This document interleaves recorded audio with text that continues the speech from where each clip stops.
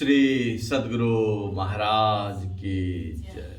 बंदो गुरुपद कंज कृपा सिंधु नर रूप हरि महामोहतम पुंज जासु वचन रवि कर मेरा मुझ में कुछ नहीं, जो कुछ है सब तोर, तेरा तुझको सौंप के क्या लागेगा मोह।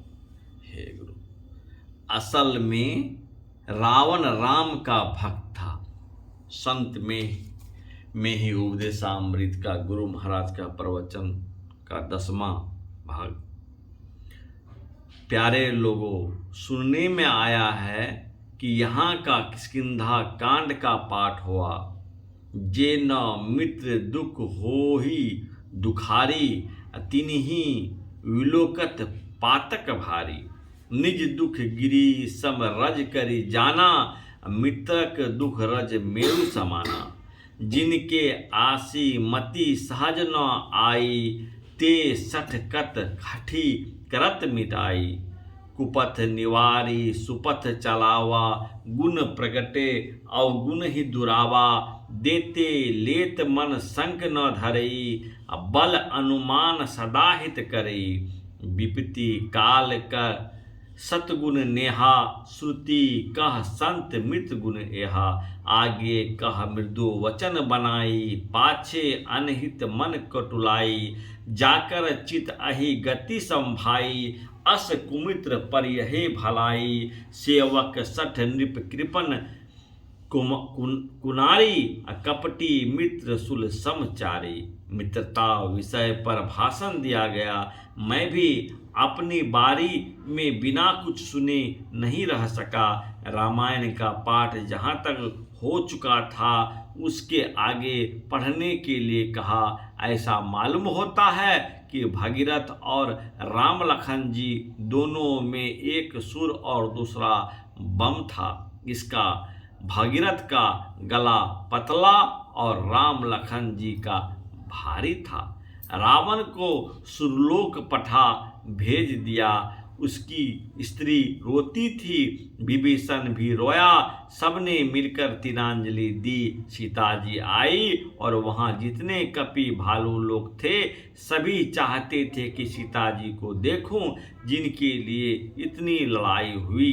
राम ने कहा, सीता जी को पैदल ही लाओ, जिससे ऊपर चढ़कर सभी इनको देख सके। श्री राम के पास सीता आई तो राम ने उन्हें दुर्वचन दोष लगाने वाला वचन कहा।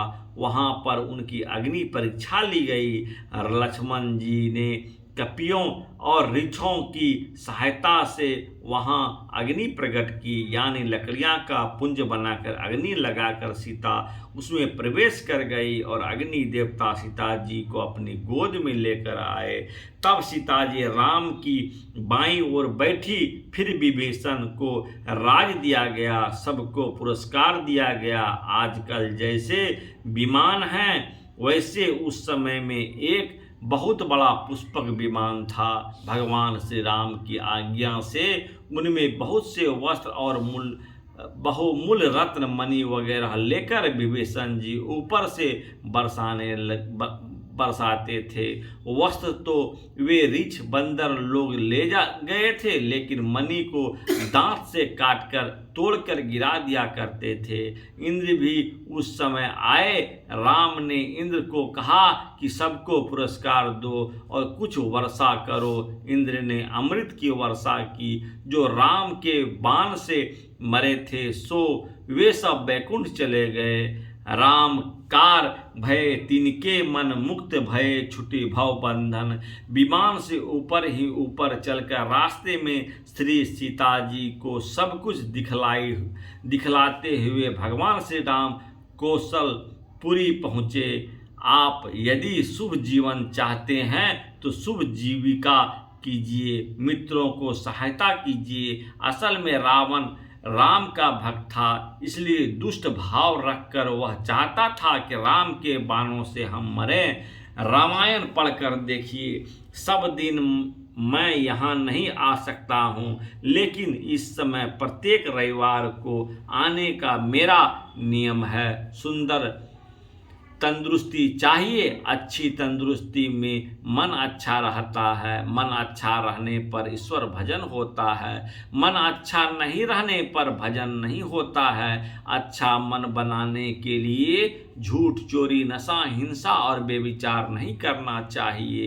ये पांचों पाप छूट जाएंगे तो मन पवित्र रहेगा। ईश्वर से जीविका मांगकर मन को अच्छा बनना चाहिए। जीविका तो ईश्वर देता है, मनुष्य तो निर्मित मात्र है। मजदूर दिन भर कमाता है, थोड़ा पाता है। लोग कहते हैं पूर्व जन्म की इसकी कमाई ऐसी ही है। कोई बैठे बैठे कमाई कर लेते हैं, कोई कमाते कमाते भरपेट खा भी नहीं पाते हैं।